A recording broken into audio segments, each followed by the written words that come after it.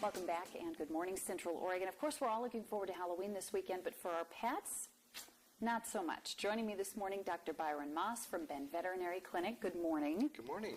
So this can be really, really fun for us, but not so much for our pets. Yeah, it could be a real problem and definitely dangerous for pets. So with trick-or-treaters and people coming to the door, parties and things like that, pets can get pretty stressed out. So one of the biggest causes of stress, if you've got, the doorbells ringing, people showing up in costume, pets get pretty traumatized by that. And if you've got them in a crate and all that activity, they can start, really getting nervous, having diarrhea, peeing on themselves and things like that. So it could be a real problem. So it's best to try to put those pets in a nice, quiet, protected area, someplace in the back of the house, a bedroom or a bathroom, where they're not going to have all that activity. Should we maybe turn on the TV or get some noise going for them? Yeah, some background noise, a little bit of radio or a little bit of TV, stereo, something like that is actually really good. Well, and also because you're opening the door and closing it so many times and maybe not paying attention to where your pet is, they can easily slip out the door. Yep, you're exactly right.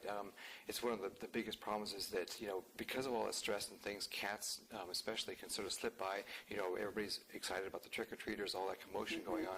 And if they escape, then with the people driving around watching out for children, because that's one of the biggest things we're doing, pets can really get injured or hit by cars and things like that. So, yeah, if they're kept secure, it's really good. If they're going to be outside, one of those reflective collars or one of those light beacon collars or flashers work really well, because it will actually bring people's attention to something that's running around out there.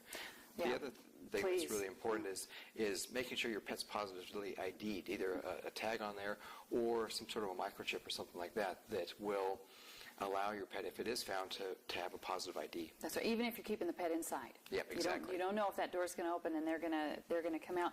Also, watch for unpredictable behavior. I mean, these are things. We've got people coming to the door, the doorbell, people yelling, trick or treat, scary faces. They may not react so well. Yeah, people show up in costumes, and so even the most well-behaved pet is going to potentially get aggressive unpredictably, and so we have to watch out for bites, especially if you're actually having your pet outside with the trick-or-treaters in the street and things like that. So that's a real problem. Well, and you say don't take them trick-or-treating. Yeah, I think it's not a really good idea to take them trick-or-treating.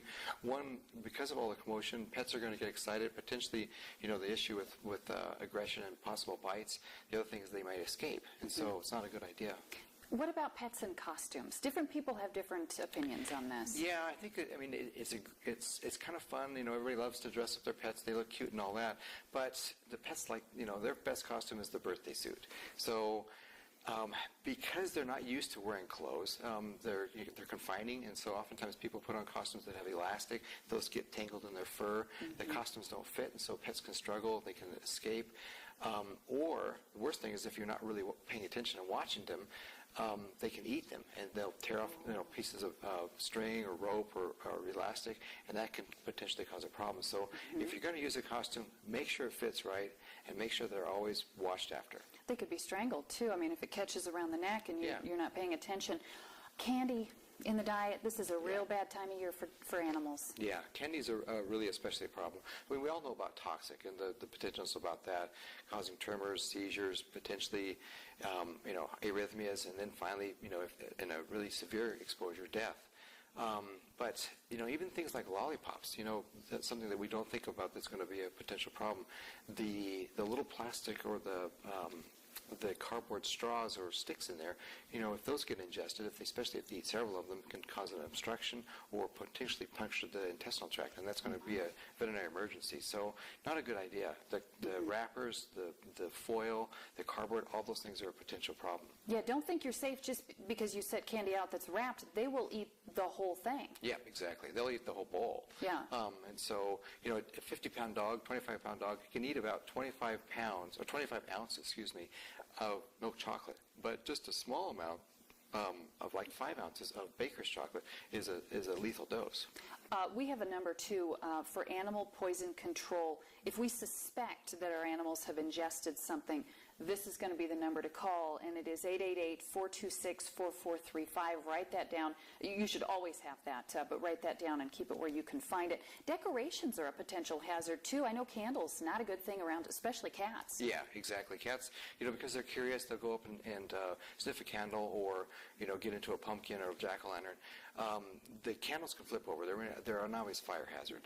But the other thing is, the cat or the animal can catch on fire or get burned, or it can, cause a house fire if they get knocked over. So with all the commotion, they're scared, they're running around, that could be a real issue. The things I like are those little battery-operated... the flameless candles. They're fabulous. Yeah, they're really great, and they're perfect for this kind of situation with pets and trick-or-treaters. We're out of time, but they can also get caught in things like artificial spider webs, streamers, plastic creepy crawlies, all of that. Right, yeah. All those things. The fiberglass or the spun glass spider webs are particularly a problem because they'll plug up in the intestinal tract and they're not, going to have a problem. Yeah, just don't assume that your animals won't eat this stuff just because you know better. Exactly. If you have any questions about what Dr. Maas spoke about this morning or any other questions pertaining to your pets, you can call him at Veterinary Clinic, 382-0741. So it was great to see you this morning. All right, great to see you as well. Thank you. Have a good day. We're going to take a look now at a tip from RSN.